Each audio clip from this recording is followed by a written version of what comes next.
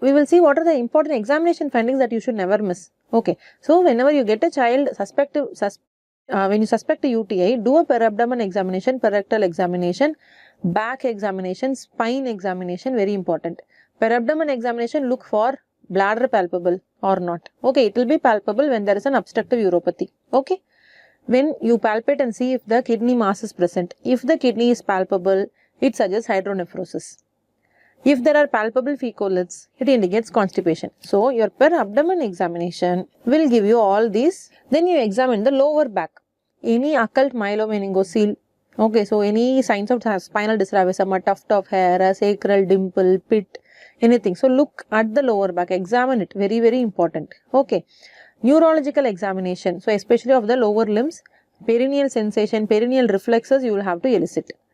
And lastly, genitalia. Open up the diaper, look at the genitalia, ambiguous genitalia, hypospadias and labial adhesions, any other anorectal malformations you will see only when you remove the diaper and look at the genitalia. That is very important. Okay, so it might appear to you as a simple case of UTI, but so much of information that we miss when we manage a case of UTI. So, a thorough per abdomen examination along with genitalia, per rectal examination if needed, look for constipation, to look for the tone of sphincter, etc. Look for the back, look for the spine and your neurological examination, especially perineal reflexes and the lower limb reflexes. Okay, so now you have a suspected UTI case. I am writing that, okay, go and do urine routine and urine culture. So, I am writing and giving to the patient. How will they collect the sample? If you do not tell them how to collect, it is meant to be, the test report is meant to be contaminated. There is no doubt in that. So, the sample collection will depend on the age and will depend on the severity of the child's condition. If the child is already hospitalized, either you take a catheterized sample or you do a suprapubic aspiration. Nowadays, suprapubic aspiration is done under ultrasound guidance. So, you need not worry about it. Okay, otherwise also just above the pubic ramus, pubic symphysis, if you just insert the syringe perpendicularly, you will go into the bladder and you can insert it. For newborns, we all do regularly, isn't it? So, suprapubic aspiration, very, very sensitive. Next, you catheterize and then you remove. And if it is a toilet trained child already, you are looking at a child who is coming to your OPD, 4-year, 5-year-old child, they have a symptoms or suggestive of UTI. So, in such children, you need not catheterize and take. No.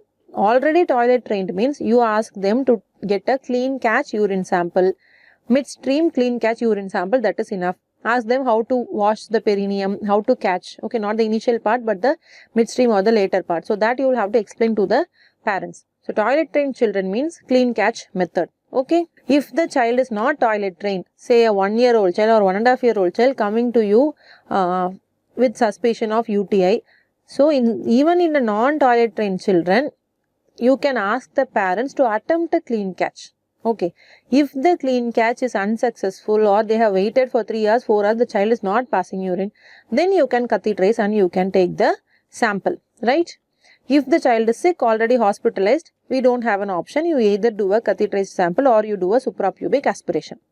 Got it? Yes. For sample collection, many of these bags are available. These are adhesive bags.